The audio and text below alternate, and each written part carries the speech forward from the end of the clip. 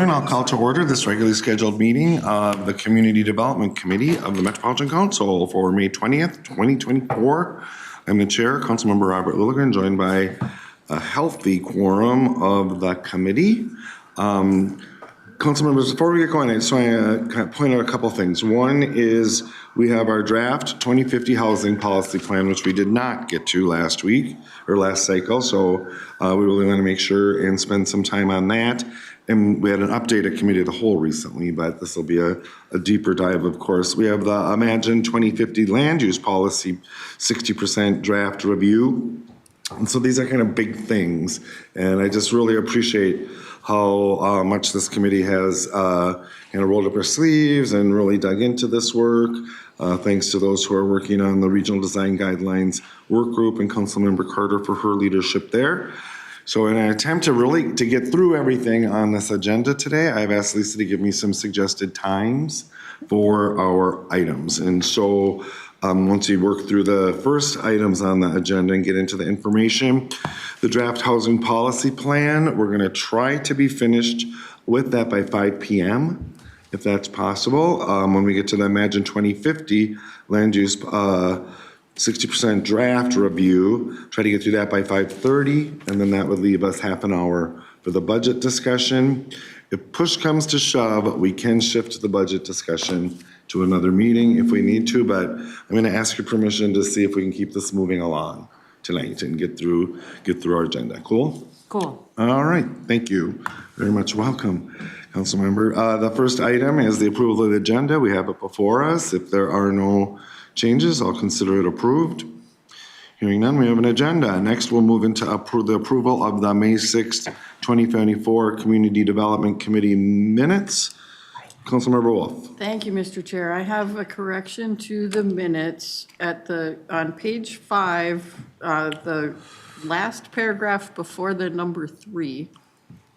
It says council members commented on the information in the draft plan, especially on the historical background information included in past practices. It was suggested that this was an overstated narrative, claiming the past does not affect new park systems. And that the remaining members disagreed with the description of an overstated narrative and agreed on the importance of sharing past practices and their negative impact. What I said was that we don't have any data to support tying those two things together, and that we have not done studies on whether people's general park needs have been met by other systems, and that could be a reason why they're not in the regional parks. And Councilmember Carter said she liked having the historical part in there, but we did not have a conversation with all of the committee members on whether they liked or disliked that part of the language. Cool. And Michelle, I would like to how this works best for you. But Councilmember Wolf, did you have suggested language, or did you want to strike that part that talks about the? I would. Well, what corrections do you recommend? Councilmember Wolf commented that we do not have data to tie present regional park usage with past development patterns. Got it, Michelle? And that we have not done research on overall park use in the global setting with local parks to see if people are having their park needs met. Got it. Got that, And Michelle. then I would assume that Councilmember Carter would like it to say that she liked the historical references in there, but I won't put words into her mouth on what she said. But then I would strike the part of that it was the remaining members, because that discussion did not happen. Thank you, Councilmember Wolf. And Councilmember Carter, did you want to comment? Did you want to suggest the inclusion of your comments?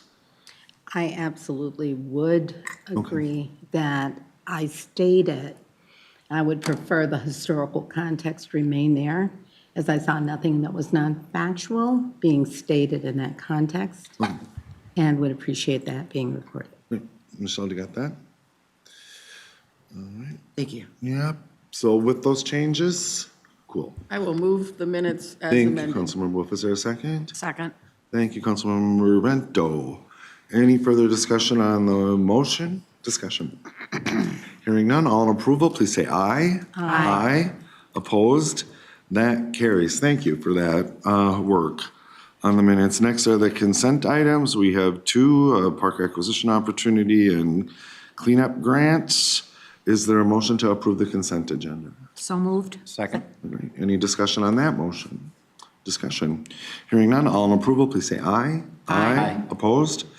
The consent agenda is passed, and we'll move on to our information items. And up first, we finally have our draft 2050 housing policy plan. Sarah, Olivia, everyone, thanks for your patience with us and welcome.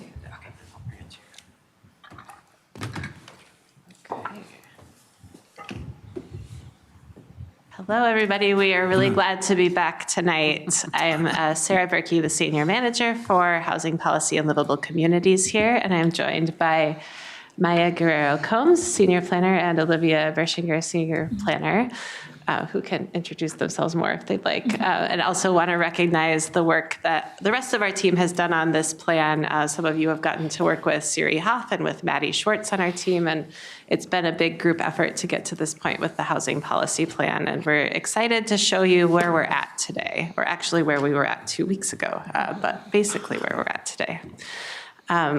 As we go through the draft plan, we wanted to ask you to keep these questions in mind. How would you improve any of the proposed actions or policies to address both regional goals and potential local concerns? Does this policy respond with enough urgency and intensity to what you're hearing from our most vulnerable populations? And which objectives, policies, and actions are most resilient to the unknown futures that face us? And we'll just give you a quick reminder of where we are in the process, similar to what you've seen from other policy plans.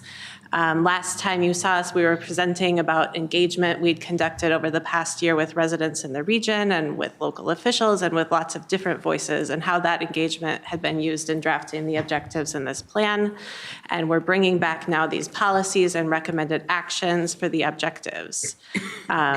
In the last few months, we talked with the housing work group, which some of you serve on, as well as other council members, of course. We talked with the Regional Development Guide work group, and we made a brief presentation to the Committee of the Whole last week, too. So none of this will be unfamiliar, but this should give us a chance to dig in a little deeper. We have started incorporating some of the feedback we've heard from you and from others so far, but we'll continue to be incorporating it over the future months. So if you've told us something already, you can reiterate it, but we also are tracking those comments over time too.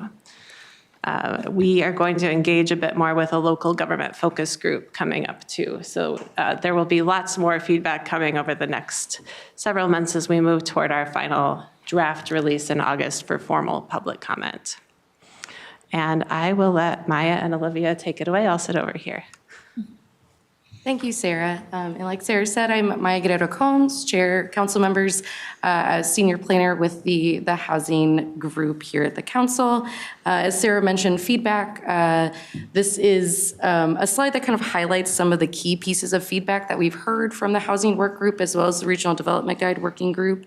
We also have feedback from the Committee of the Whole last week that we are in the process of incorporating.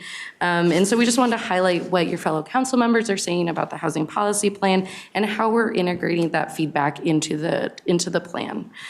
Generally, the comments that we've heard were about language or terms or how we're defining things. So we want to make sure that we're being clear when we're using different terms, especially in the housing and development world where there's a lot of terms that aren't as clearly defined for the general population, as well as some comments on making sure that we continue to collaborate with partners across the region that are doing a lot of this work already, and making sure that we're building those partnerships and outlining those partnerships in the housing policy plan.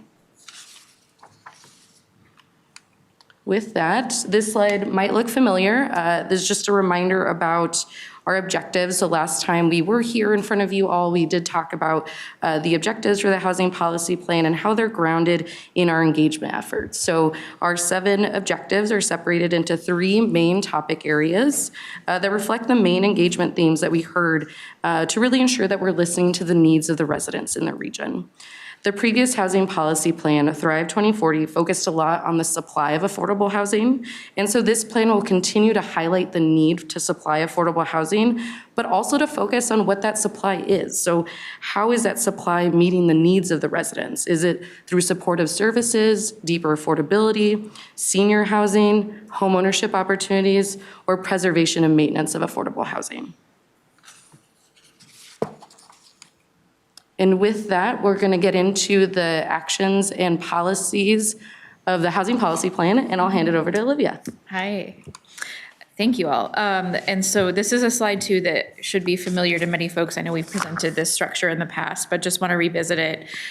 So as we organize our housing policy plan actions, we're just being really careful to be as clear as possible about our role that we play within the greater affordable housing ecosystems. We've got our three kind of categories or strategies: provide, plan, and partner, which you will see organized as we present our objectives and then their related actions. I also want to point out before we get started in each objective, at this point in the drafting process, we are unable to include every single action on the slide. So what we have included for discussion today are those that are new since Thrive 2040 or have changed noticeably. The full, complete 60% draft with the objectives, policies, and actions was included as a report in the materials for this meeting, both on the 5th and I think was reattached for this meeting. And so we're not leaving anything out intentionally. We're just recognizing that we want to be respectful of time and are focusing on those ones that you'll see the most noticeable change. Oh, thank you. No, that's all right. It was just an intro slide. We're good. So we'll start right away with our objective one, which is fair housing and geographic choice. So you'll see we have the objective language, the policy language, but where I want to focus on mostly is our actions. And I will also point out each objective has 2 slides, which are showing the related actions. So it'll be provide and then plan and partner are within those 2 slides. So in the provide category here, the main actions are to prioritize the development, preservation, and rehabilitation of deeply affordable housing in our LCA programs. So that will be done through aligning LCA affordability limits with the Metro HRA voucher affordability standards and prioritizing LCA projects where voucher holders can afford to reside.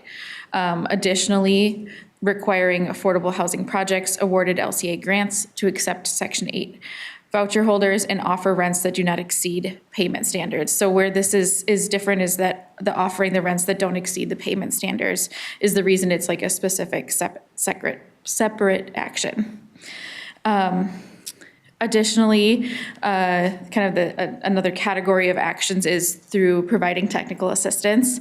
Our housing work group has heard a lot about how this kind of next stage and big difference from Thrive 2040 into 2050 is kind of stepping into that technical assistance role a bit more. So providing technical assistance and convening workshops to local governments that would develop policies, share initiatives and programs that increase regional housing choice, as well as help really communicate and strengthen that communication and the connections between affordable housing income limits and the resident experience. One thing we heard is there's a lot of disconnect between what maybe affordability limits are in whether it's programs locally or regionally, and what folks are experiencing with the income that they have or what they're able to pay for housing. And then lastly, within that, supporting the missing middle. So working on getting a clear definition of this, but we're looking at small and medium multifamily and townhome type housing as a strategy to improve affordability and expand housing choices within the region. And lastly, assist housing voucher holders in accessing housing of their choice through search assistance development, opportunities for adopting higher payment standards, and incorporating voucher holder perspectives in these place-based assistance. Continuing on, we have the plan area. Some of these, again, are being reiterated to show that we are doing them, or they're being slightly adjusted using the implementation tools that we already have to better serve local governments and their residents. So first, taking a look at the allocation of affordable housing need, we want to make sure that that calculation is fully elevating the need for deeply affordable housing in the region. Again, this is something we're already doing with different affordability limits and calculations, but we want to make sure it's representative of the most deeply affordable housing in the region, the needs there.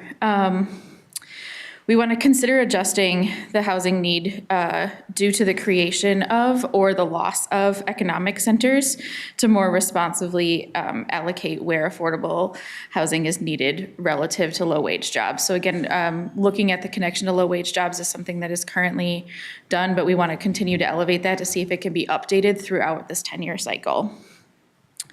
And then lastly, developing a system that would attribute some kind of credit for cities and townships with successful affordable housing development policies that would kind of give them an incentive towards their land guided for affordable housing requirement.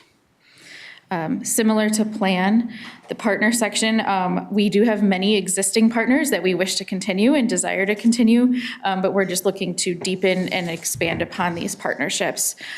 So a kind of a continuation of a partnership with Minnesota Housing, increased collaboration with local and county housing organizations, particularly around funding the development of all affordable housing types. So expanding beyond what we often see as multifamily, but looking at single-family, townhomes, duplexes, triplexes, all different kinds.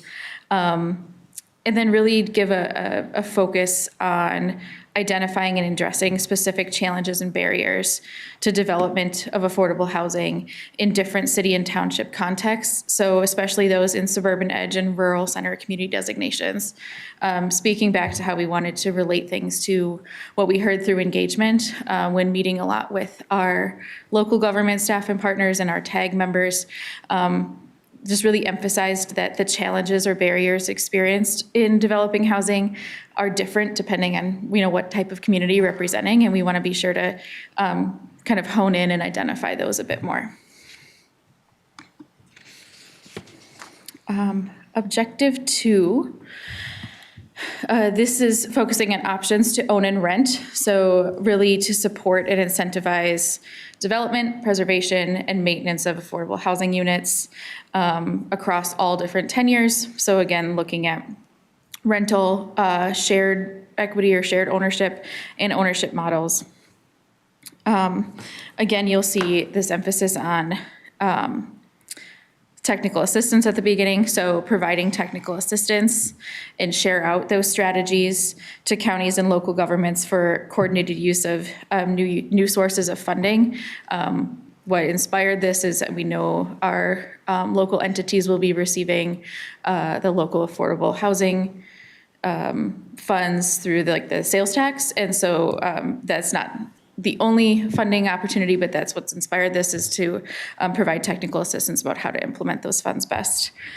Livable Communities Act grant programs to support more homeownership development opportunities by increasing funding for the Affordable Homeownership Program.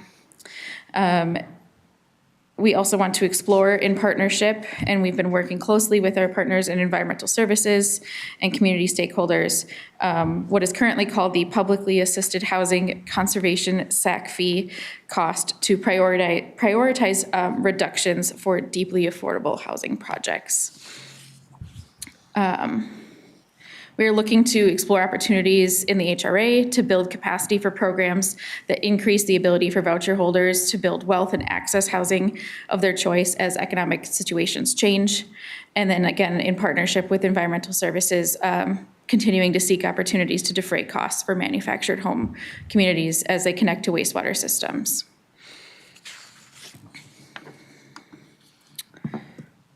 Looking at the plan and partner, again, just to repeat from the last objective, some of these are things that are already being done, and we're just kind of honing in to really emphasize the needs that we're hearing from the last decade and from our engagement. So we really want to be able to provide a need number, so that allocation of affordable housing need of low-income affordable homeownership opportunities based on the deficit of affordable homeownership opportunities relative to their forecasted growth. So right now, the need that we provide kind of lumps together all kinds of housing opportunities, so that multifamily and homeownership. And I think as we have engaged with our local staff as well as communities, recognizing that there's kind of a difference in who's accessing those, what the communities are accessing those, and so being able to provide a number that would represent ownership opportunities. This would, again, require comp plans to consider development and preservation tools to meet the homeownership need. It would require them to address which tools they're using to pursue and create these low-income opportunities of all different types of tenure. So cooperative, shared ownership, multifamily, and ownership. So these are things, again, that are already being done, and we just want to continue to do and have them identify the tools that are being used.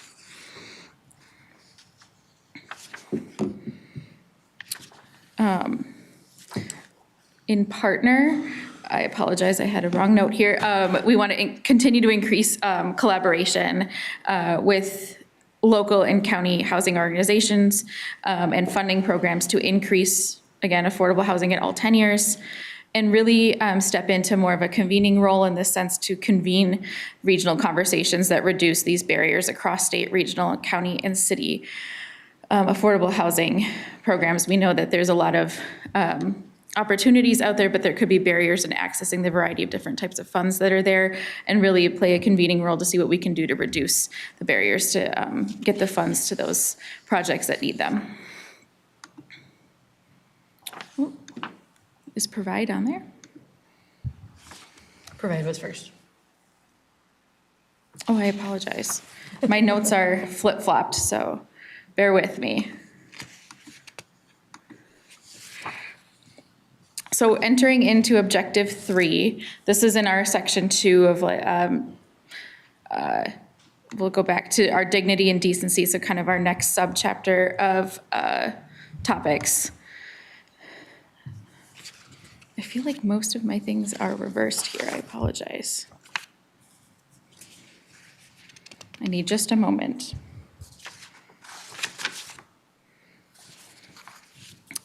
Sorry about that.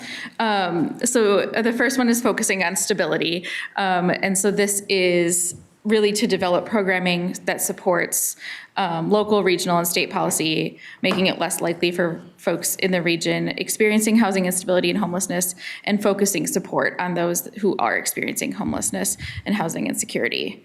And so this is really where you'll see the emphasis on actions that are targeting homelessness and the security actions there. First would be the Livable Communities Act programs, so prioritizing funding housing projects that serve residents who are or have experienced homelessness and or incorporate supportive services. We want to continue to increase the capacity to connect with individuals that use transit as shelter. So this could be through our existing housing action team and other program partners to help them find appropriate housing options and supports. And again, offer technical assistance for local communities to develop and refine programs that provide housing stability, including partnerships with education systems and social service providers already doing the work. And lastly, on here, I just want to focus on using, when using council-owned land for development, to continue to seek opportunities to prioritize housing options that are accessible to residents experiencing housing instability and or voucher holders.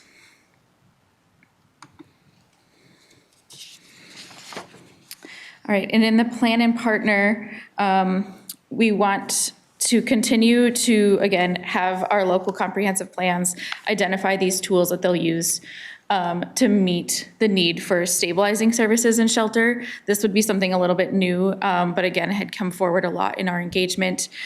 Folks recognizing that they have a particular need for some of their most vulnerable residents that might need additional services and shelters. We want to be able to identify that need number and ask them to seek tools they could use to address that need.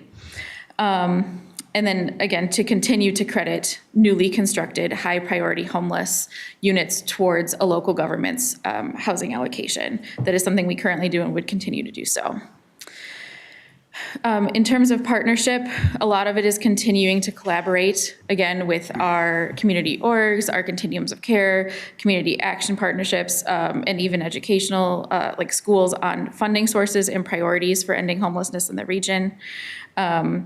We currently have collaboration with certain state agencies via the Minnesota Interagency Council on Homelessness, and would like to continue that partnership. And I think one of the areas we want to focus on, and this came forward in the equity presentation as well, is to really engage with folks that have lived experience with homelessness or instability, to really guide some of these Met Council policies going forward, our programs and plans, and then when engaged would be compensated appropriately when serving a consulting role in that capacity.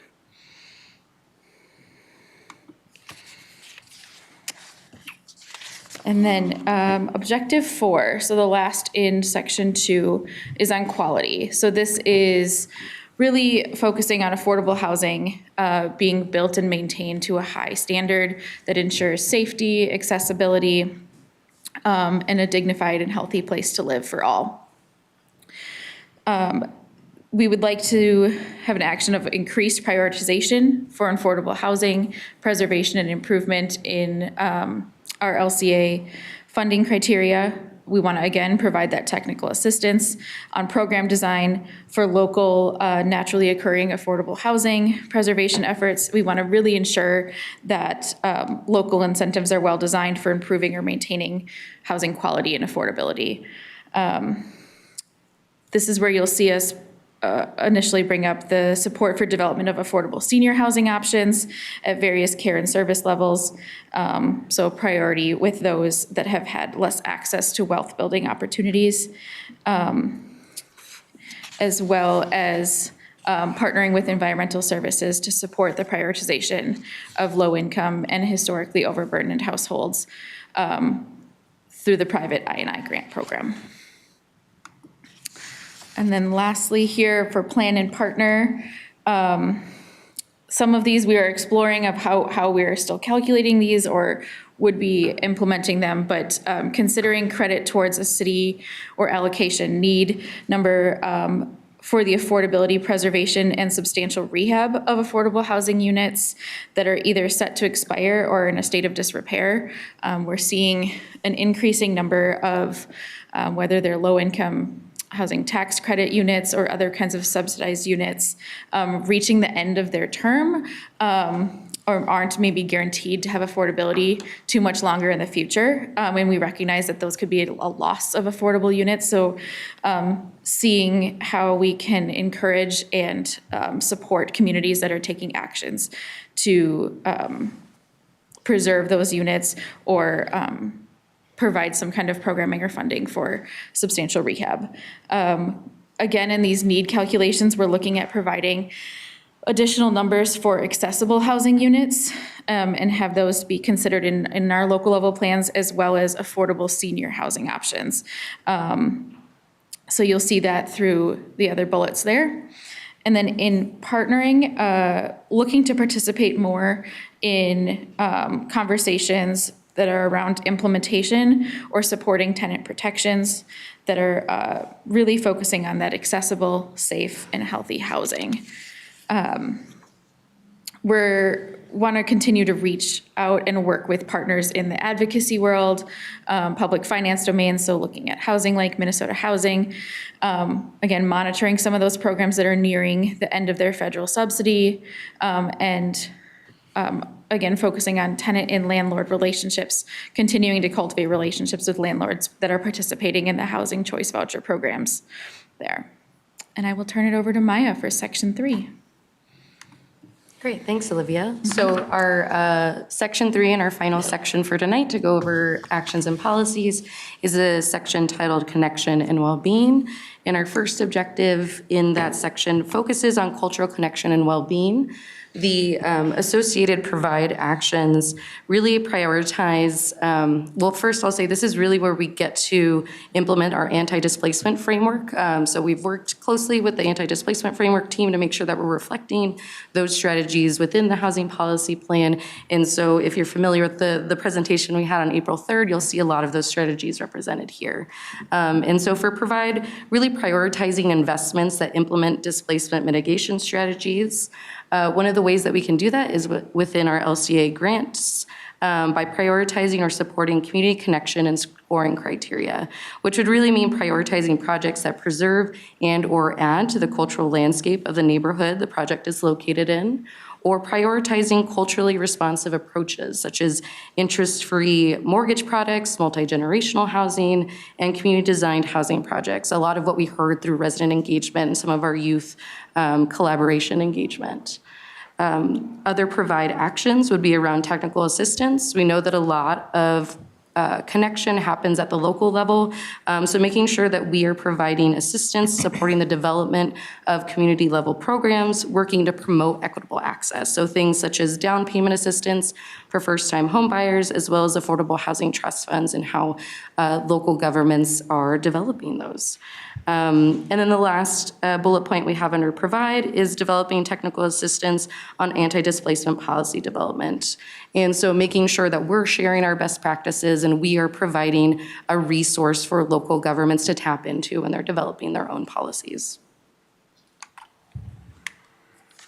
Under plan and partner for cultural connection and well-being, we have the inclusion of the requirement of a community-based displacement risk assessment for all council-owned investments, which you heard about on the April 3rd anti-displacement framework meeting. We would also require local plans to consider tools to enhance the social and economic capital of residents in newly constructed affordable housing, such as mental health services, job training programs, public safety, and educational support, acknowledging that it's not just the housing, but also the services that go with that housing that best help our residents.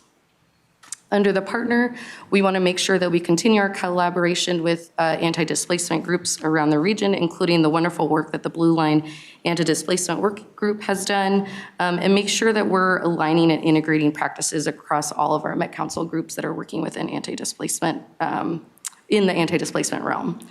We also want to make sure that we're engaging outside of the Met Council. We acknowledge that there's a lot of neighborhood groups and nonprofits that are doing a lot of great work. And so we want to make sure that we're partnering with them and aligning our work with what they're doing for our, within our efforts. And then the last point really touches on promoting greater communication around community connection and refining policies at all levels of local housing stakeholders to respond to the housing needs of historically overburdened households and low-income households throughout the region.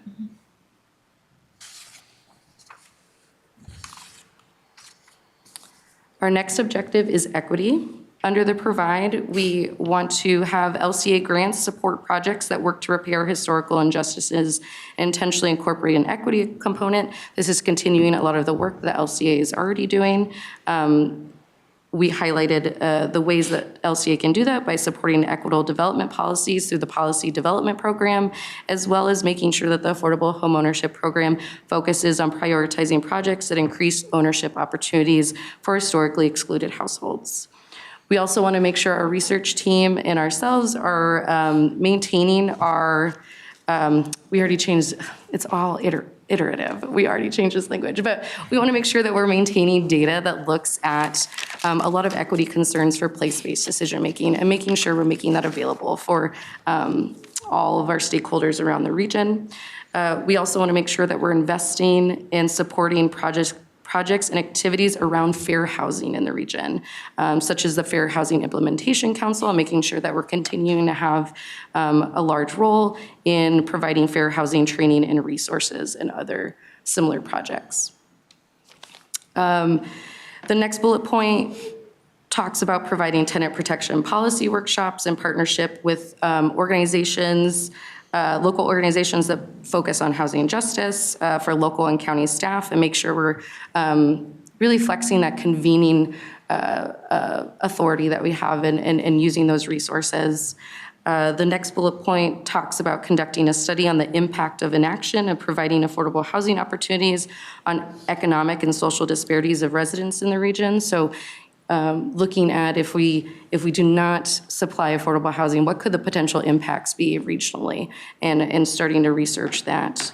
And then a lot of communication tools. So in our engagement with local staff, they really talked about needing more tools to communicate a lot of these issues to their stakeholders and the residents in the region. And so making sure that we're developing those communication tools around discriminatory and lending practices, real estate steering, and other current and historical discriminatory practices around limiting housing choice. And then finally, when engaging with residents, making sure that we intentionally uplift historically underrepresented populations in decision-making and co-creating Met Council policy and processes. Under plan, we would incorporate in our allocation of affordable housing need calculation the need of housing for historically excluded communities, and considering the economic mobility of all different household types in our region. We would also continue to require that LCA grant recipients adopt a fair housing policy to be eligible to receive funds for affordable housing projects, and exploring the option of adopting a tenant protection policy in relation to LCA eligibility. In partner, we want to explore partnerships to research and develop alternative credit pathways to ownership. So thinking about a lot of the engagement that we heard from our residents over the summer and how we can support that work. In all of the council's work, we want to develop respectful and meaningful partnerships with tribal governments and other organizations that have a majority Black, Indigenous, or people of color or low income representation. So making sure that we are involving stakeholders of all backgrounds and elevating their voice. Participating in the Fair Housing Implementation Council, so more about that, and making sure that we're helping them with our resources and providing data around fair housing.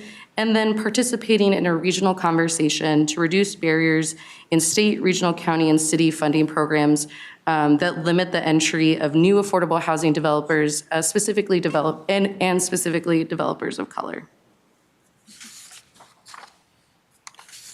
And then, thank you for bearing with us, our final objective around environmental justice.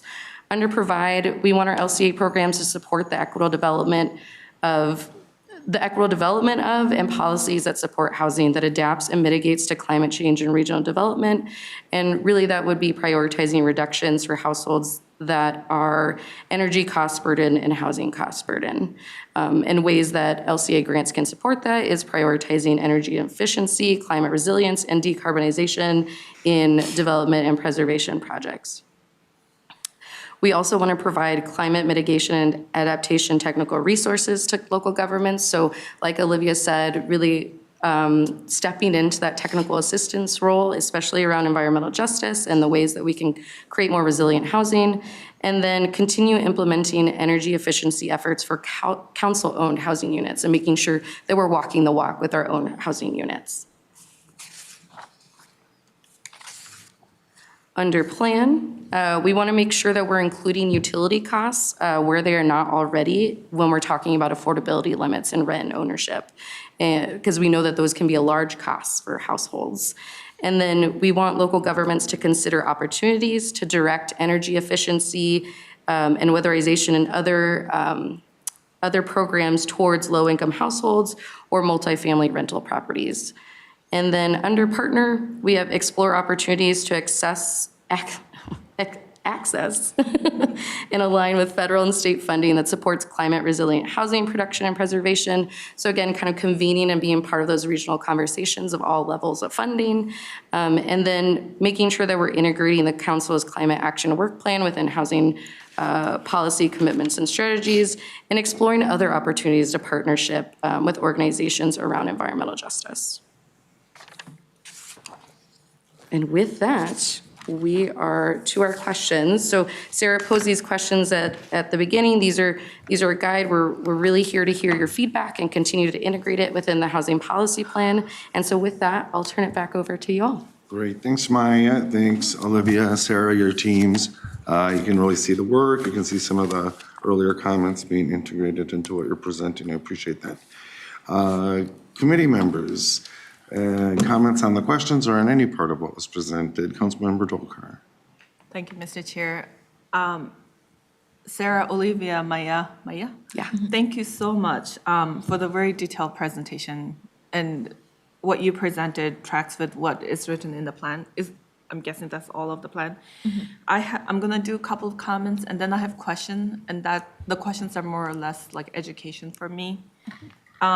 For comments, my first thinking is you do reference a lot of sentences that have historical injustices or repairing harms or increasing access. And I'm borrowing from the other Met Council presentation. I think even half a page at the beginning, just capturing redlining and the impact and why we should even care about equity and accessibility in housing for the entire region and communities. I think that would capture like why we are even talking in the way we're talking. That's my first recommendation. My second recommendation is housing allocation calculation. I know since I've become a council member, I've been more or less trying to fully understand how those are calculated and what they mean for the local cities and communities that represent. And so if there's already a housing calculation, like if you could link that, if there isn't one and you're creating one, that would be really good to know, like in the plan. Because I think that ends up, that's where I have heard words like mandate without the funding. And I know LCEA was one of the funding incentive to actually incentivize the build out of affordable housing. The third comment is affordable housing. I think I know what you mean, but I think even in bracket, what AMI you mean, because I think that has been a conversation within this own committee, like whether or not council should have funding dedicated to actually going into AMI of like 80% and hitting like a $1 million home versus affordable housing. And I realize you need housing at all spectrum, but I think when you say affordable, like are we talking 30%, are we talking 40%? I think just that clear definition would help. The one that wasn't clear to me is, I should have marked all where I found them. There's a sentence where you say voucher holders to build wealth as they move into their own housing. Sounds like an amazing goal, and I'm not quite sure how to, building wealth, actually, that showing up in the plan, that's super helpful, like applaud you for it. I'm not quite sure how to get there, so maybe specifying, or, because I was thinking who's renting and how would they build wealth, because when you're renting is not cheaper than owning a house these days. So I'm not sure how you would build wealth. So that was one thing that really came up. Under the quality of quality of housing, and a lot of the climate things show up in environmental justice, but not in quality. And so in quality, when you're talking about safety, I think that's where you just say energy efficient, climate resilient, or just quality housing. Like that's where some of the climate languages could show up, because it's not just environmental justice. Like every housing that council either owns, operates, or will fund in the future should be energy efficiency, should be built to certain standard. And this is where I would like to, I'll say this word, like electrify, like no longer hooked to a gas. I will say, I'll leave it there. Under the environmental justice, again, calling out electrification as one of the method, I see energy efficiency listed. And I also think on slide 7 or goal 7, the first bullet, I think I know exactly what you mean, but that sentence both in the slide deck and the plan is not clear. I think what you mean is the energy cost will be part of the housing cost and will be calculated in the affordability. I think that's what you mean. And I think that's what I'm hearing, but I've been on the committee now close to a year, so I know exactly what you're talking about, but I don't think it jumps out as like clear. And my question is, are the timeline for how this is going to the public, are there, in June and July, are you doing like small stakeholder meeting and then full plan goes out for public comment in August with every other council plan? Is that, I'm guessing, okay, all right. Seeing nods, yep. Okay, thank you. That's all my questions and comments then. Thank you, Councilmember. Great comments. Further discussion, Councilmember Lindstrom. Well, thanks, Mr. Chair. I wrote down electrification about 3 seconds before you said that, so I agree with that wholeheartedly. And maybe, yeah, as an area to be strengthened, along with the energy efficiency area, because it encompasses the reduction in fossil fuel for heating and cooling. It encompasses electric vehicles, things of that nature. And I think that's one of the most resilient areas. That's one of your questions for us is what do you think is the most resilient to unknown futures is because there's so much federal funding. We are hoping to get some of that federal funding for decarbonization efforts in our residential building sector. That's number one. And then I guess a question is around the public housing SAC fee reduction, exploring that with environmental services. I'm just curious, it's intriguing to me. Where did that come from? Maybe I missed it before, but that was new to me, reading that. And then along with that, the manufactured home connection to wastewater reduction in costs for that, exploring that at least. Yeah, Chair, Councilmember Lindstrom. Yeah, that's come from a great collaboration between us and Environmental Services. So you'll see actually the same language within the water policy plan. So right now there is I'm not going to try to repeat it, but the publicly assisted housing SAC fee reduction policy, I believe that was first written in the 90s. And so it just needs a little updating, first and foremost. And then second, we have that explore action that's really working with ES and other community partners to see if there is funding that we could find or other ways that we could support deepening reductions for deeply affordable housing.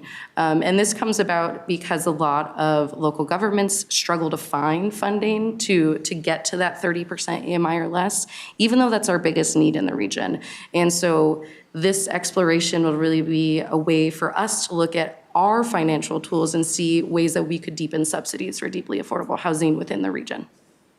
Great, thank you very much. Yeah. Cool, thank you, Councilmember. Further discussion, Councilmember Chambliss and Councilmember Vento. Councilmember Chambliss. Okay, thank you. So this is very comprehensive. I like the fact that the engagement is stretching Metropolitan Council with different ideas that we may not be thinking about, and it also can maybe help for us to respond with the question related to the question of, are we responding with enough urgency and intensity? I think that's what the engagement can bring us as far as where we prioritize. And I did see the word prioritize in several of the objectives and plans, which is good. And responding to the level of detail that Councilmember Dolcar said, with the plan, it's kind of hard to get into the detailed strategies, but maybe hearing how these plans would roll out, what is the process, so that we will get to the more detailed explanations, the detailed strategies, and that kind of thing. With regard to addressing historical harms such as the historical redlining, the more modern steering that has occurred and still occurs, and getting information on that, getting that research to the council, I agree that would be very helpful. Related to some of the engagement feedback that we've received, I think what comes to my mind is there are so many factors involved in creating livable communities. And what does that mean? Maybe giving more definition to that would be helpful, so we know why we're talking about, mental health issues or some of the other things that historically the Metropolitan Council may not have had as a larger priority. And then I looked at our livable community statutes, and there were several statutes, and let's see, let me pull this up here. So the Minnesota statutes 473.25 livable communities criteria and guidelines. Number 2 references creating incentives for developing communities to include a full range of housing opportunities. And that was addressed in objective, I'm not sure exactly which objective that was in, but it was related to developing and creating a mix of housing. So maybe I would say let's have more intensity around that, because I have heard from developers that in order to make it cost-effective or profitable, we really do need to have the proper mix of housing so that we can create affordable and deeply affordable housing. And then also statute number 5, which talks about public infrastructure investments and having investments adjacent to commercial districts. And I saw in some of our documentation, it might have been the emailed documentation, that not only having our development near commercial districts, but also near transit, and then that compact development would be a part of that. I know in the work that we've been doing in community development that some discussions have been including having multiple compact developments in a local area, so that we don't have just one commercial district that's being addressed in a city, but maybe we have multiple commercial districts. That would allow us to provide better service instead of just checking the box. We've got a commercial district, we're going to build everything around that area. And then it takes so much longer to integrate the rest of the community together. And I know that having those community connections are a part of our objectives. So there's some alignment that is a part of all of these housing plans related to transportation and investments and obviously environment. So putting all that together. Let's see, what else do I have here? I think that covers everything that I wanted to talk about, but it related to the wealth piece, building wealth. Number 2 of our statute addresses housing and employment. So maybe making sure that that's very clear, that's where that's coming from. So. Thank you, that's all I have. Councilmember. Thank you, Councilmember Bento, then Wolf. Councilmember Bento. I'll try to be brief. I know we're running up against the clock here, but I think we're missing an opportunity to really address the challenges being faced by members of our community who are aging, all of us, and those with disabilities. There's a reference to it, but I think we're missing that opportunity.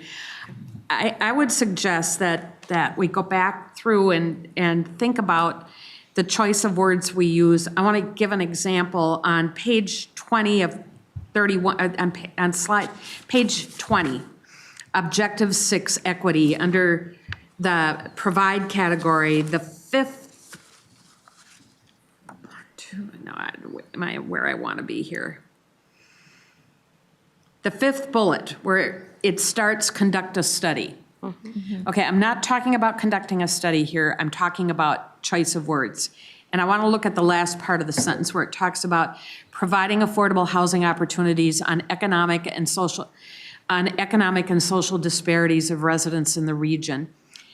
I would be more comfortable if we were going to address the injustices and the inequities if we use language that was more inclusive and talked about racial, ethnic, economic, and social disparities.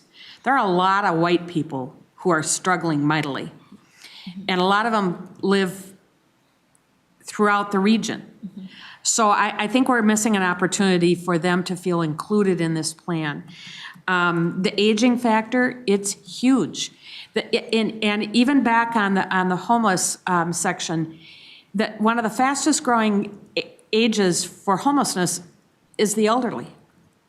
I believe it's 1 out of 4 who are homeless are elderly. And both HUD and the Wilder Foundation have recently released statistics that are just chilling to think that people are getting to an age where they can't afford to have a house anymore, especially when they need it the most at that point. And finding alternative housing options after the age of 55 is becoming increasingly difficult. With that, disabilities don't limit themselves based on our economics, our race, our religion, any of that, and certainly not on our age, but as we age, they become a bigger factor. So I really think we need to address the disability piece there as well. I think that's it. Great. Sorry it took me so long. Oh, thanks so much, Councilmember. Further discussion, Councilmember Wolf. Thank you, Mr. Chair. I wanted to follow up on what Councilmember Dolkar said about what formula is going to be used, because that matters for computing need. And I would like to advocate that we include transit access in that formula because of its impact, both for just general people to get around if they can't afford a car, but also because that comes with metro mobility access that is not available in other parts of the region, which is particularly important for low-income people with disabilities.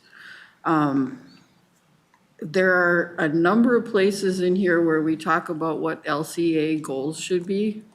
And I want to be cognizant that this doesn't actually take effect until like 2029 or so, when communities are doing their comprehensive plan updates, or do they immediately have to change what they're doing? Director Bras, yeah. Mr. Chair, council members, the actions that the council takes go into effect when you adopt them. The actions that local governments take go into effect when they adopt their local comprehensive plans. That doesn't mean that that they still aren't moving in those directions as the council shifts priorities, as we had done in Thrive MSP 2040, transitioning from the 2030 Regional Development Guide. So I'm concerned about putting things like LCA goals in a once every 10 years policy, when those are things that we should be working cooperatively with our city partners that would be the applicants for those goals on a frequent basis, preferably annually, but maybe it doesn't always happen every year, but that should be an ongoing thing that can change in response to whatever is coming up at any given time, especially with all of that new money that went to them and not to us. So they're kind of in the driver's seat on what's going to happen, and I think we need to recognize that and be in more of a partner mode than a tell them what to do mode, which that's how it feels when you put what livable communities goals should be in a 10-year long plan. Let's see. I've been talking with a lot of realtors and stuff with all of the challenges that we're having with home ownership and the really difficult housing market that we've had right now. And what I've been hearing is that if you give subsidies, for down payment assistance or whatnot at the bottom end of the spectrum, it might help somebody get in, but it just increased the price for everybody else that's competing for that bottom of the spectrum housing. So I think we need to recognize the balance between helping individuals and what impact that has on the overall prices for everybody else that they're competing against. And then there was a comment, on the planning part in objective 6, the first bullet says, modify affordable housing need calculations to amplify the need of housing for historically excluded communities by more accurately considering economic ability of all households in allocation adjustments. I have no idea what that means. Yeah, Chair, Councilmember Wolf. So that is representative of the fact that the way that we calculate our growth and our forecast, we have a predetermined way that households, like the average way a household moves throughout their economic cycle, right? So as children, become their own household, dependent on the wealth of their parents, they're in a certain income bracket, and then they move up through that income bracket in a set way. Right now, it's calculated in a way that everyone moves through it the same way. But we know that's not necessarily reflective of how households move throughout our region. White households do have a higher average economic mobility than some of our Black and Indigenous households. So making sure we're looking at how we're exploring adding that component into our calculation for growth. Yeah. If I could add something quickly too, just to address some of the larger questions, I think that came from Councilmember Chambliss, Councilmember Dolkar. Also, there will be a section in the HPP kind of beyond these actions and policies. We don't have a formal title, but really it's going to be like the responsibilities and implementation. And within that, there will be kind of that explanation of the affordable allocation of affordable housing need, our land guided for affordable housing. So like our tools that we're currently using, there will be explanations of how those are calculated and implemented there. So that's not present in front of you today, just because they are some existing tools. We wanted to share the actions or the policies and actions with you, but do know that that will be included so that hopefully the confusion will be at a minimum for that.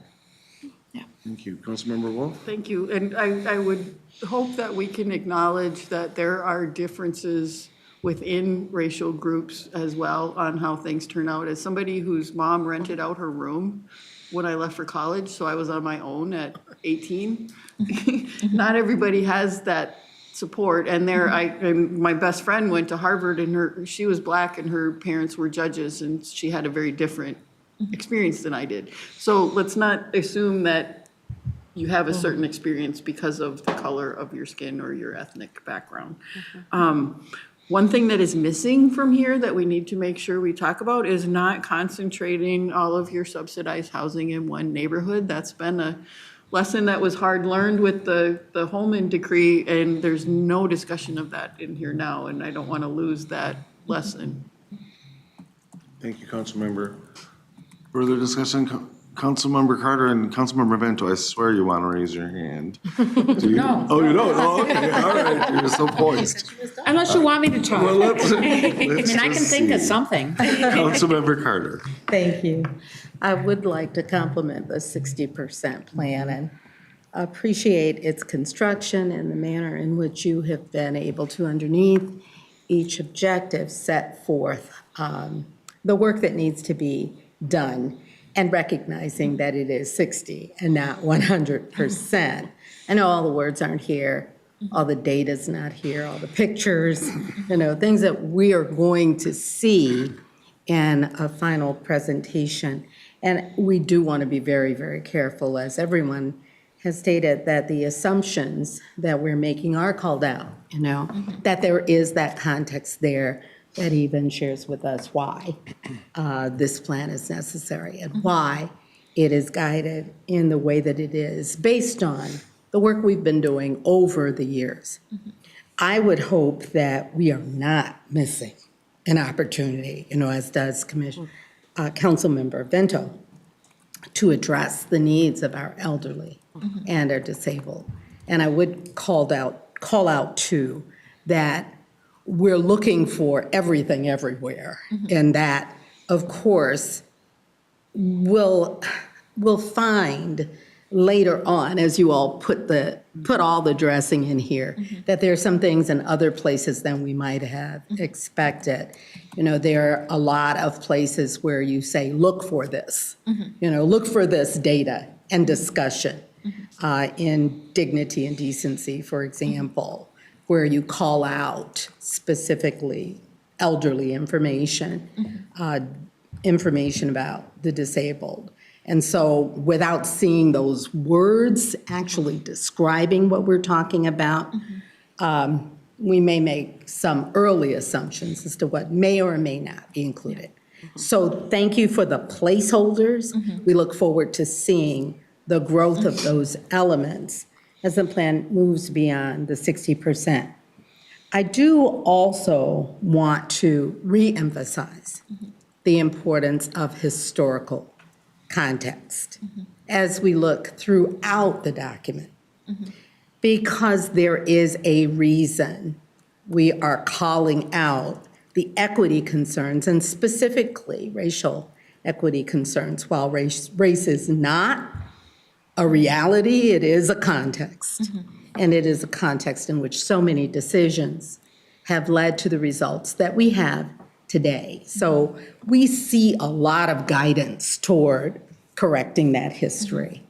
And again, I want to thank Councilmember Dolker for stating already the need to put some of that early on so that we understand the reasons for all of these actions that we are suggesting are needed. I also do want to just make sure that we are aware of what we mean in that equity section, because we always seem to struggle, from plan to plan to plan with what are we doing in this equity section. We want to acknowledge that there are needs everywhere, and we want to make sure we're not missing those needs. Thank you, Councilmember Bento, for pulling forward. Yeah, we want to be sure we're addressing the needs of our seniors. We absolutely want to be sure we're addressing the needs of those who are disabled. And we know that there are different circumstances for people across the board. We want to be sure that it doesn't look like we don't know that. And we also want to be sure that we are clear in where the greater disparities across the board exist. So that data that we're not seeing right now is critical. It is a part of the context. So we want to see it in as many areas as possible so that we know our plan is firmly grounded in what we know about what we need for this region to advance as it must. And I just wanted to stop there because, we can pull so many things out and make assumptions. You guys are going to need to tighten, these areas from 60% to 90 to 100 so that those questions that we're asking right now are responded to before the people in our community respond in like manner, as we are here to ask those questions and to make it appear as though this may not be as well thought out as it needs to be. And we know the years. We know the information that this is built upon. So I don't know that I could write this, but I can certainly ask tons of questions about it. And I appreciate the context that you will be developing as we go from 60 to 100. Thank you. Thank you, Councilmember. Further discussion, Councilmember Lee. Oh, thank you, Mr. Chair. I actually just wanted to point out, I think Sarah Berke wanted to add more to the last discussion that Councilmember Wolf asked. Oh, I'm sorry. Ms. Berke. Yeah, thanks, Chair and Councilmember Lee. I just wanted to comment. There was actually a great article in the Star Tribune we can send around if you didn't see it recently about economic mobility. That's really well timed for this discussion. That was all I was going to say. Great. Yep. I was thinking the same thing, and they're continuing, so almost like a series. It's really informative. Thank you for sending that. Cool. And then just really quick, briefly, I'm going to kind of braid all your questions together. I just want to lift up by lived experience, engaging people with lived experience. And since my engagement in the homeless conversation and sheltered homeless and through Minnesota Interagency Council on Homelessness and their effort to regionalize some approaches, that was my first experience of having lived experience consultants at the table, and it had a profound impact on the quality of the work that came out of that. So just to lift that up, and then also to kind of underline regionalization of the conversation. We're the regional government, right? And we have certain regional resources, and it hasn't been an easy conversation, and it's kind of resisted regionalization. And so I look forward to see how this plan can help frame that and define the way we move forward with the regional perspective.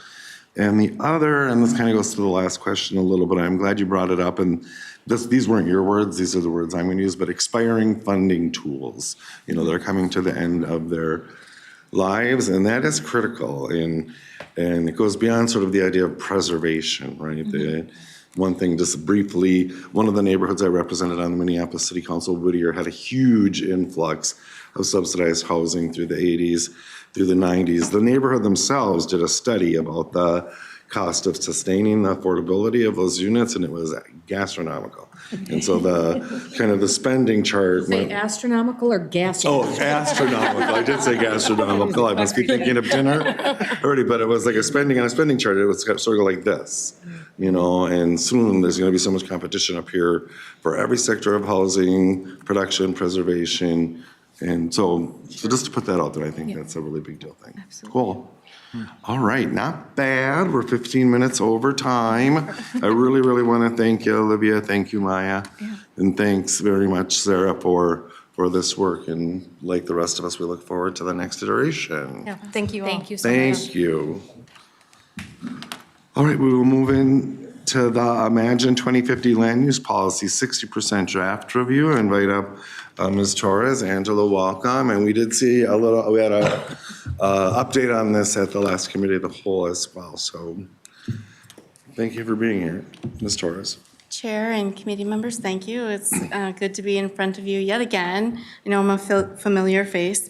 I'm here today to talk about the 60% draft of the land use policy, but I want to pause and just recognize all of the helpful feedback that you all have already contributed to this work. You've asked questions, which have driven clarification and context needed really to develop this body of work. And so you've provided us direction and intent on how to carry out that work as well. While we've integrated the enormous amount of engagement we've done with our communities, your contributions have also been very meaningful and important, so thank you for that. Thank you. I also want to pause to recognize the team members. I am a familiar face and one in which is part of just a very big team. So there are people that have led different policy teams on climate and natural systems and other sections of our policy work. People that have led collaborations and coordinated across different policy teams to ensure that the land use section, which covers kind of all of those other planning areas, is well integrated and importantly kind of seamless with the rest of the policy areas. We have teams too that have engaged with not only our young leaders but community leaders as well, and all of that work is embedded in the draft that you have attached to the memo. So I do want to say that the content of the draft is really in the attachment to the memo. That is the 20-plus page document. So this presentation is just a broad overview, and the real content is in those attachments. So with that, I will start. I'm just going to walk through today what's happened since we last met, ground us in the focus of the 2050 policies. We'll review general and substantive changes, walking through each objective, and I'll wrap up with the schedules for engagement this summer and what's next for the land use policy work.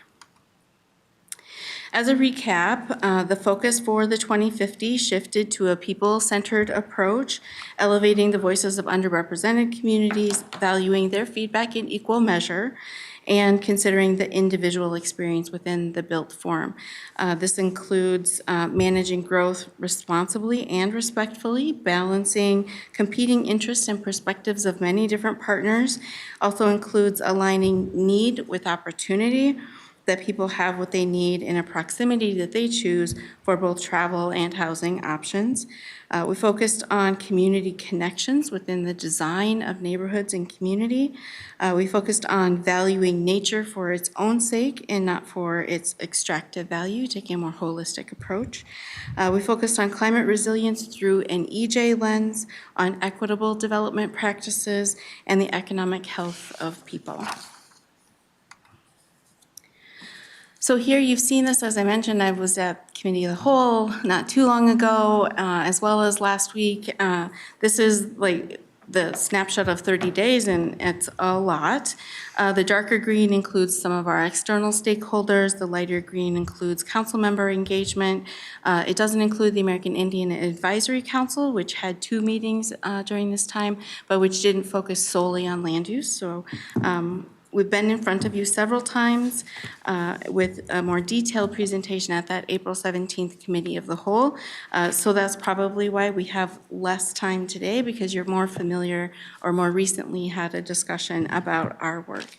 Externally, we've met with the Land Use Advisory Committee, local government focus groups, and community leader technical advisory groups. So we've been very busy. Within the last month, we have heard and responded to many comments. We heard that there is a need for clear identification of responsibility, local governments in particular. So is that something that council's going to do, or is that something that I need to worry about? And so we tried to do that throughout the document.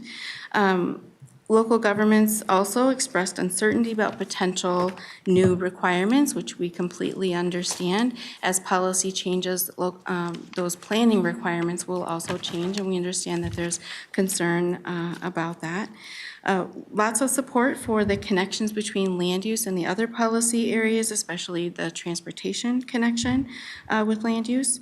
A lot of support for the technical assistance and resources, which I hope that we are well known for, and we'll obviously continue and build out those programs. And again, support for and appreciation for the plan for the ongoing discussions as the policy plans continue to develop. So there were some very broad changes. We added some introductory language. We organized and consolidated. There's been clarification and trying to reduce repetition. So there's been a lot of broad, big picture changes. We also added context around some of the concepts like rolling land supply, which we talked about at the Committee of the Whole meeting, terms like universal design and nature-based approaches. So planning principles, we tried to provide some context so we don't feel like that's out of scope of the plain language that we're hoping for, so we can describe some of those planning principles and examples for better understanding of purpose and intended outcomes. We did add missing language. Our bad, we forgot some of the statutory stuff, and we certainly don't want to forget that, so we added some things in about aggregate resources, historic preservation and cultural assets, the climate change requirements that came down last year from the legislature, and of course, planning for access to solar. And so we added that language in there. It's not new. Local governments have been doing that for a long time with the exception of the climate statute. And so we just need to make sure that we captured that in this document as well. There is some substantive changes. We finalized a report and analysis on density for the Regional Development Guide. You've been a part of those discussions, both for those of you that participate in the RDG Council Member Work Group, as well as in CDC, where we're here in February talking about the density analysis and the various approaches to density in planning documents. The only change from what you heard in February is the addition of an analysis of an approach to evaluate the feasibility of demand and development of land uses based on practicality. We had talked about this. We just clarified that we're identifying it as an approach. We had conversation, it was separate though. So this differentiates between what is possible versus what is practical, really with the intent being to provide a realistic framework for land use planning, really aiming to prevent the overestimation of development outcomes, which isn't widespread, but we do want to make sure that we're putting some construct around what those expectations might be. Like I said, not widespread issue, but we want to make sure that we're trying to capture that as part of the density analysis itself. We have other substantive changes as well. We had a discussion in our housing objective, Objective 5, in case you don't have them memorized like I do, where we had been talking about more than one housing type within residential land use categories being necessary. This really, we moved this into the first objective, and maybe it still belongs in the fifth objective. We'll figure that out, but in trying to keep the density conversation together, I thought that it might be better in Objective 1. But we're really thinking about how we require density ranges to be broad enough to accommodate more than one housing type. What we're seeing is that low-density land use designations often have a very narrowly defined range of allowable densities.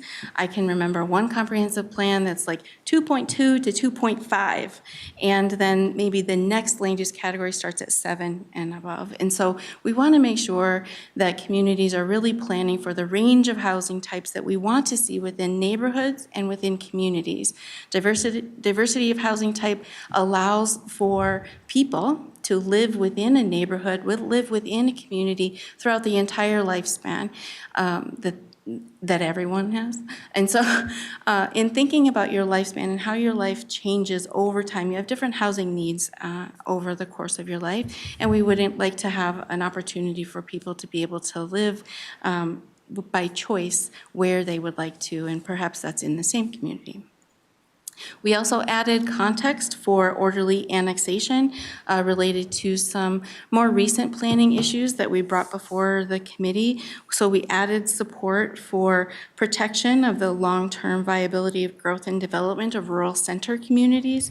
And then we added a council evaluation of impact of interim uses in rural areas, and thinking about that through a conformance lens and how our regional plans regional system plans that should not depart from our regional system plans. These are the 8 land use objectives, and this is the language for each objective. I want to make sure that I always include this, so if you have them, need to reference them as you're looking through the presentation, looking through the document, I want to make sure that you have them available. And we'll walk through each of the objectives and the general changes that each of those objectives have had. So in Objective 1, as I mentioned, we added context for rolling land supply. We added support for not only the Agricultural Preserves Program, which we had in there already, but in partnership with that, the Green Acres Program has similar support for rural areas, and we added that in as well. We combined redevelopment content from the housing objective and refined language as a result of the finalization of that density analysis report that I mentioned. And that is linked within the the attachment that you have that's the full length of the language. And again, we added context and support for development and land use stewardship that integrates natural systems in design and implementation. In Objective 2, which is a transportation-focused objective, we strengthened acknowledgement of the existing road system and personal vehicle use. Even with all of our climate objectives, people are still going to drive, and our road system provides that as an option, as a viable option for many people. But we wanted to provide opportunity for those uses to be connected in proximity to daily needs. We added support for residential growth and supportive commercial growth through mixed uses and multiple travel choices. And we added support for vehicle-dependent uses like industrial, freight, and warehouse development around existing infrastructure availability. In Objective 3, which really focuses on community design, we strengthened concepts around connectivity through design, transportation, and community connections, for example, and added context for universal design, which is design for all people, and really working towards an inclusive built environment without need for adaptation. integrated references from other objectives about green infrastructure, and clarified the meaning of culturally expansive ordinances, so adding context around some of those terms that we might not be used to. Objective 4 relates to our natural systems objective. Throughout all of the policy plans, we have landed on consistent terminology relating to protection, restoration, and enhancement of natural systems, and so I made sure that we clarified that throughout our objective as well. And then obviously we're continuing to work with the other policy areas to make sure that that's consistent. Some references were moved. We included water more explicitly within natural systems. We clarified again council and community role, and we changed some references from environmental justice to overburdened communities, which also seems to be more consistent with how other policy areas are referring to that. Objective 5 is our housing objective. We were really working on better alignment between the housing policy chapter, which you just heard about, and the housing land use objective, not just land objective, and really focusing on what belongs in the housing policy plan and what belongs in land use. Things like homelessness, the Metro HCRRA, and grant programs really should live in the housing policy language, and the things that the land use objective on housing can focus on are really like housing within land use categories, housing supportive land uses, and the diversity of housing types close to destinations.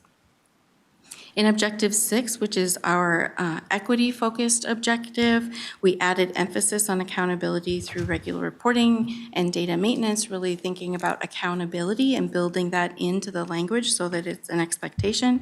And we added procurement process improvements to help remove barriers that we know exist within our organization. Objective 7 is our climate change objective. We added references again to that statutory language. So we just like, well, we know these are already required. We're just going to put them in there now to be very clear and upfront. And overall, there were consolidations, reducing repetition, references to better integrate throughout the other policy the other objective language, so we tried to integrate climate all throughout. We clarified the urban tree canopy aims, including work on the emerald ash borer, and we added specificity and clarifying language to food systems policy. In Objective 8, it focuses on economic well-being, and we were really working on closer tie-ins to the regional economic framework work that's underway, and focusing on promotion of a just economy and equitable access to economic resources.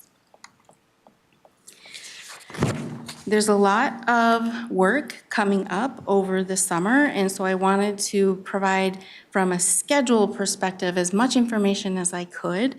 And so I'll walk through 3 different schedules with you. We do have a schedule of events for forecast and land use engagement, specifically land use and density being one of those areas of concentration, with the density analysis report coming out that does have recommendations for minimum densities as part of that. And we want to have the opportunity to work very specifically with local governments on their reactions to those numbers, building understanding of why the recommendations are what they are, where they came from, and the report overall. There are 5 forecast-related conversations, several in person, several virtual. We have a special meeting of the Regional Planning Advisory Group, again, to focus on that land use and density conversation. And we're having a specific water and land use policy conversation with some of our South Metro townships, which I know several people are very jealous of because it is in Zelt's Pub. We also have the American Indian Advisory Council scheduled for the remainder of the summer. We've had 4 meetings, and we have several coming up after the Memorial Day holiday. We will have a virtual call about environmental justice. All of our other meetings have been in person with executive and senior management. We'll be talking about transportation, housing, and reviewing the commitments and recommendations of the Advisory Council through the rest of the summer. summer. As I mentioned at the Committee of the Whole meeting last week, I think. Sorry, too many meetings and they're kind of all blending together. We have asked Chair Zelli and Regional Administrator Ryan O'Connor to come to one of the Advisory Council meetings to talk about organizational change and to review the Advisory Council's recommendations. You'll see on the next slide, we do have another update planned to come before you here in that midpoint after we have several more meetings with the Advisory Council as well. I did put together a tentative committee schedule. We have not only this committee, but the Committee of the Whole and the Land Use Advisory Committee, where we'll be having a series of conversations, not only about the 60% draft, like we are here today, but again, carrying that density analysis report and recommendations conversation through. We'll be here, I believe, July 1st to have that conversation, a more in-depth conversation with you on just that particular topic. And then the American Indian Advisory Council update will be before the CDC and the Committee of the Whole. I think I maybe have a typo there. July 17th, I think, is CDC. But the Committee of the Whole in August will be where the Advisory Council comes. We've asked the Advisory Council members to come and present their recommendations to you themselves, and that's under consideration. Want to make sure that they feel very comfortable doing that, and so we're leaving that decision to them. But we expect at the August 21st meeting to come with those recommendations for you. The next steps for land use policy, we still have that density analysis report that I've been mentioning multiple times to walk through at several different places. The CDC and the Land Use Advisory Council will both be discussing a TOD analysis, and we have set minimum density expectations for TOD in station areas in Thrive MSP 2040. We'll carry that forward, but we're doing a separate analysis to see what would be the appropriate recommendations for minimum densities this round, working with our research folks to help with that. We'll be talking about criteria for MUSA expansion and criteria for performance-based flexibility and program needs with the Land Use Advisory Committee as we're thinking about how we implement some of those density recommendations. We always want to make sure that we're partnering requirements with areas of known flexibility and where we can provide some structure around what that flexibility might look like so that it's more uniform for communities that are doing really good planning. I think that they should be able to have some flexibility built into their planning process. We'll continue to review the draft language against the various frameworks that are part of the equity chapter. We'll balance revisions, weighing with what we've heard from community, with what we have heard from committees and local governments, really trying to make sure that we're weighing that feedback equitably. And we'll, of course, follow council direction to be bold, address regional racial disparities, and to center community voices in policy development, which we hope that we have been doing and trying to share with you how we are doing that, but we want to make sure that you're seeing that in the work as well. And then lastly, this is the overall regional development guide timeline. Some of the dates that we will be looking for is the August 14th Met Council action, where we will the council is tentatively planned to release Imagine 2050 for public comment. We have to come before the CDC before that happens. We have to come before several other committees before that happens. So that's kind of like our first date, and then everything else backs up from there. So before you know it, like the final draft is due July 1st. No, just not quite, but it feels like it sometimes. Before we're heading for adoption of the Regional Development Guide in early 2025. So with that, I know that I zipped through that, but I wanted to provide you an opportunity to ask any questions and provide any feedback on the information in the attachment or in the presentation that I've shared today. Thank you so much, Ms. Torres, for your work. Thank your team as well. This is great work, and thanks for keeping us informed as we go. So it's not like we're starting from scratch every time we take a look at it. So yeah, thank you. Discussion, questions? Okay, all right, I was a little surprised there. Councilmember Wolf, then Councilmember Lindstrom. I've been pondering that whole more than one housing type. And I understand what you're saying in terms of, have like you gave an example of a housing density of 2.2 to 2.4. Obviously, that is pretty tight. I'm not real sold on the wording of that. I think it's important to give a little more of a range, especially if we're going to be looking real carefully at what each development comes in at in terms of adding it to the sewer system.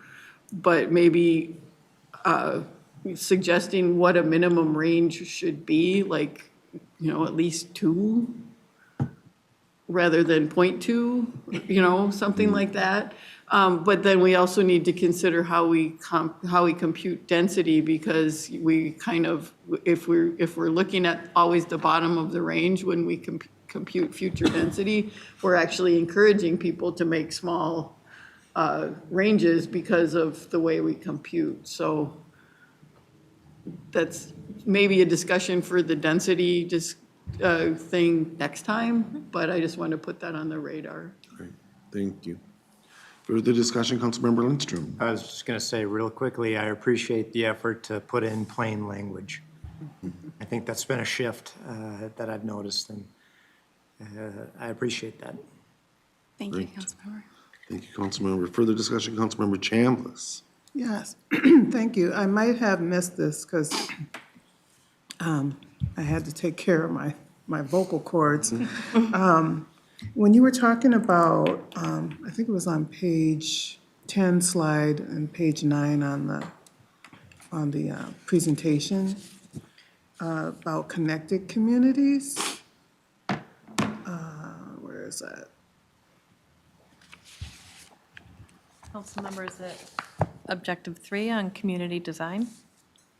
Yes, there it is. Slide 10. Objective 3, community design.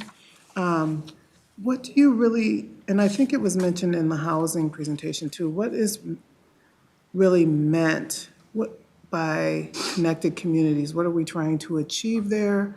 Are we trying to connect communities within a local municipality or across the region or both? So I've got some questions about what that might look like. And also how, with our land use policy, are we addressing providing investments at different geographic locations within the city and across the region, for example, because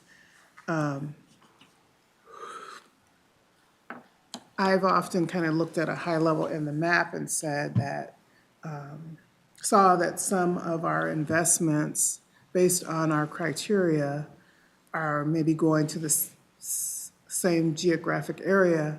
So how do we address that with these regional development land use policies and our regional development guide, where we have a way of, analyzing and making adjustments because we have been so successful in an area.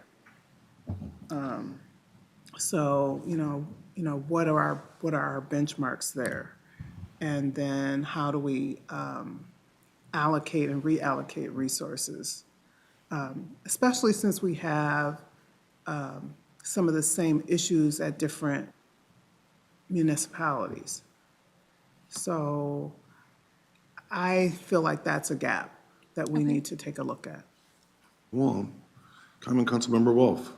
Can you explain? I'm not sure what you're getting at. Maybe you need to give an Well, example. like, for example, if we have criteria for land use that says, okay, you meet this criteria for, having a lot of seniors, having a lot of low-income, communities, having a lot of people who have been historically underserved and underrepresented. But if you have a similar circumstance in another part of the region and they're not getting those resources, then we need to look at our criteria, is what I'm saying. So just being able to make sure that we're able to be adaptable and as we meet our goals, towards our goals and our priorities. Councilmember Wolf? Director Barajas was asking to comment, right? Oh, I thought you were. I'm sorry. Oh, okay. I mean, I can, All it's right, helpful. Council, I'll go back to Councilmember Wolf. Is that, I'm not sure still that I understand, but I can take it offline, so Okay, in all the right. interest of time. thank you. Further discussion, Councilmember Dolker? Thank you, Mr. Chair. Lisa and Angela, I remember reading Thrive 2040 as like both community advocate and later working in the state, and I don't remember it being this detailed for land use. And land use is not my strength, and so I really do appreciate all the detailed work that went into it. There were so many nuggets, and I can see having serving on the transportation committee, the policies that are sort of mimicking each other and are parallel to each other. That's extremely helpful. So I'm just gonna name the things that were super helpful. One, naming what the council role and the community roles are. Really, really helpful, because I think land use is one of those topics that can be misunderstood between guidance to aspirational, and a lot of what 2050 planning is very aspirational, that has huge implication for local government as well as partners. But one unique thing local government does do is planning and land use in their region and in their communities. And so really appreciate that one. The transit VMT reduction and the new climate languages, super helpful. This has actually one of the best historical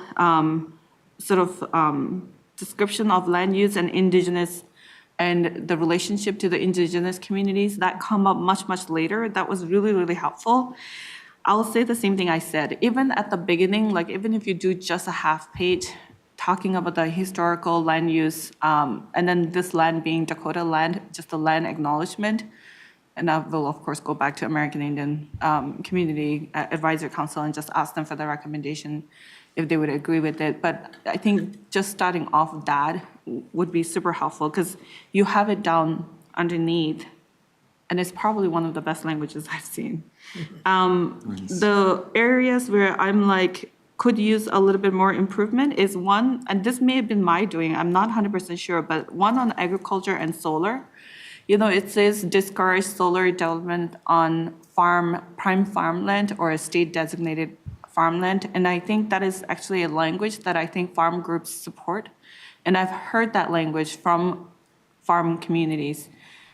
And because the other languages in the land use are encouraging local communities to decide, I think that's the language I would use rather than saying discourage. Like allow local communities to develop solar farm policies or on agriculture land. Because I think the clean energy policies implementation and the movement and the funding is moving so rapidly, and knowing and recognizing this policy, we're writing it for 10 years, like so much could change. And so I would just leave it a little bit more on that, allowing local communities to. On the, I wrote myself P1 and A1, but on actually the housing density that Councilmember Wolf referenced, I actually thought that could be further strengthened to, again, similarly say, support the local government that wants to build more denser and different housing on land. You call out the single family use and you call out how much of a land it consumes, and it doesn't allow for the density. And there are communities, and I think more and more cities within the region are going to go more towards where City of Minneapolis started and City of St. Paul are, I think, currently. So I think allowing that for like local communities or local government to decide for themselves how much of a density they want or type of dwellings they want to build, I think. And then the other thing that was kind of, I think I know where this is, but you have a sentence around groundwater contamination and preventing groundwater contamination from development. That was first new to me. I'm usually used to groundwater contamination as a result of industrial development or nitrogen fertilizer. And so I like the sentiment of preventing groundwater contamination, but I wasn't sure which direction we wanted to go because there are places within the region that are very heavy industrial, as we're learning from PFAS and the implication it has, but I wasn't sure which direction this was reading into. I like the sentiment, I truly do. I just wasn't sure if we were thinking more in the agricultural land or if we were thinking more in the industrial zone. But I do think everybody should have access to clean water, whether they're getting it through the municipal system or they have their own private well within their own backyard. Like they should have access to clean water. Okay, I'll stop there. Thank you. Thank you, Councilmember. Can I follow up on Yeah, something? and Ms. Torres, did you want to comment as well? Okay, perfect. Councilmember Wolf. So, thank you, Mr. Chair. I was the one who pushed for that language about the solar farms on prime ag land, because it's been a huge issue, particularly in areas where we have the 1/40 zoning, which preserves agriculture, that sort of artificially depresses the value of the land, which makes it attractive for big solar farms. And the way that we do things here, the PUC decides where the big solar farms go. If it's over a certain size, the localities have no say. And it just can go in if the PUC says it can go in and devastate, make it. There was an application or a discussion of a 2,000 acre solar farm that was not supported by the local community because it would be sort of a block for orderly development going for who knows how long.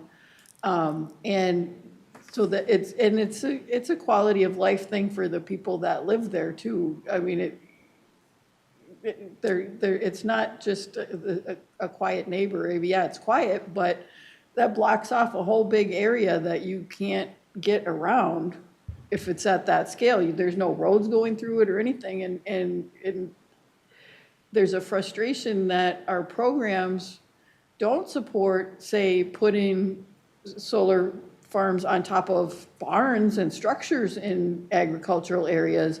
You can get a subsidy if you're going to do it on a house, and you can get all sorts of subsidy if you're going to do it 2,000 acres, but those more people scale things like putting it on barns or outbuildings in the farms are not supported by our current regulations. And so it's in there to acknowledge kind of the dysfunction in the programs right now that doesn't seem to be going away anytime soon and is a big concern for the landowners in rural areas, especially when we keep their land low cost and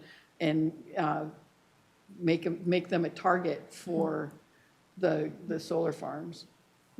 Thank you. Oh, comment from Director Barras. Thank you. I'd just like to add, thank you, Councilmember Wolf, too, that having a directional statement like that helps us when we're providing technical assistance, because when these things do come up in townships, they call us and say, what should we do? How do we help? Could you have ordinance examples? And certainly if we have the opportunity to comment at PUC, we can say what the council's direction is on some of these items as well. So it does help to have some of those firmer commitments about where do we think it's okay and where do we not think it's okay within the plan. Thank you. Councilmember Dolkar?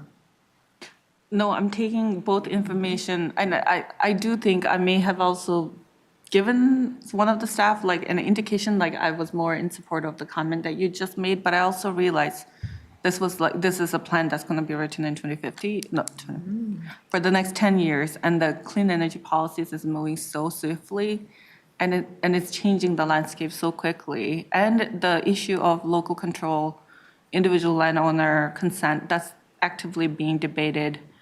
And so I didn't want us to lock ourselves into, especially more and more, I think, at least when I'm reading the land use, I'm seeing more language that are giving authority to the local government to decide versus the council to own and sort of determine. Yeah. So that was my thinking, but. Thank you. Thanks for sharing. Further discussion, Councilmember Carter. Yeah, in our regional development group process, we had some of these conversations as well. And I just wanted to share that I think we ended up leaning forward on the concept that we, as a Metropolitan Council, have some leverage to guide. So not authority to prevent or to disallow, but in those areas where we feel, at least for some time period, that it is going to be important for our work to guide, whether we're supporting grants or whether we're providing technical assistance or convening around these things, then we felt comfortable leaning forward, knowing that we're not dictating, but we're using our ability to, through our resources, provide support. So for the next 10 years, it appears as though, that's a safe thought, at least in the beginning portions, of those 10 years, that we would want to use our resources in that way. So I just wanted to, add that we went through that journey of, is this safe, and it isn't about dictating. It is about providing support in areas that help to get to a result. Thank you. Councilmember. Yeah, thank you. Further discussion, Councilmember Lindstrom. Let's just make a point, that's exactly what we've been doing around this area of solar by being regionally recognized, one of the first, if not the first regionally recognized entities to be Soul Smart, which is a national technical assistance program. And cities are getting Soul Smart certified, and we are assisting cities becoming Soul Smart certified, which simply means that they are thinking about this issue, number one, and number two, that they are putting it in their plans proactively before something comes up on the dais that they have to react to. Thank you for sharing. Further discussion on Angela's report.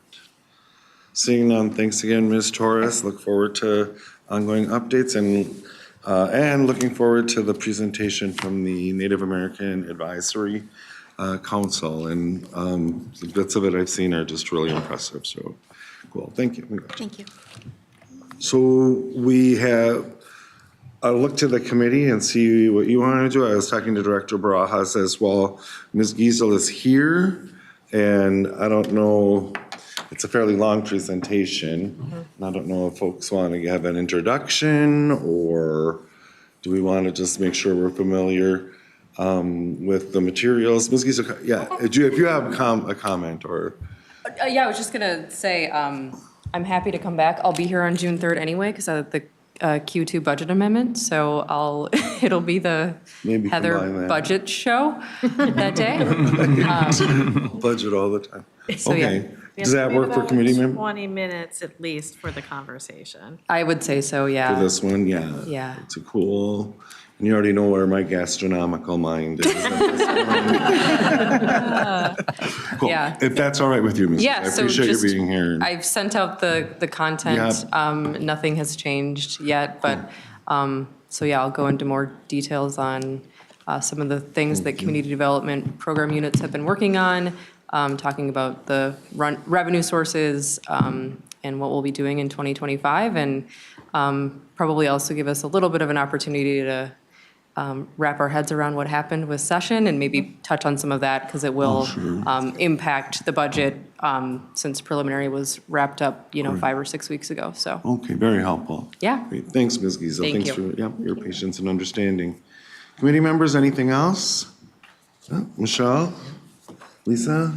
Our session did just wrap up, and not to steal any thunder from Judd, who provide a presentation on Wednesday at your committee of the whole, but we do have some parks funding in there for tree planting, a newly established community tree planting program for the council as well, and an allocation for that. So we're there's a whole lot of permutations in the last week around that, so we're getting our heads around that, and we'll get a better sense of what that means and what our next steps are on that as well. But just really exciting to be able to start to implement some of this work that we've been talking about in Imagine 2050. Very cool. Looking forward to it. Councilmember Lindstrom. Well, LinkedIn tells me that one of our planners is moving on to Raya.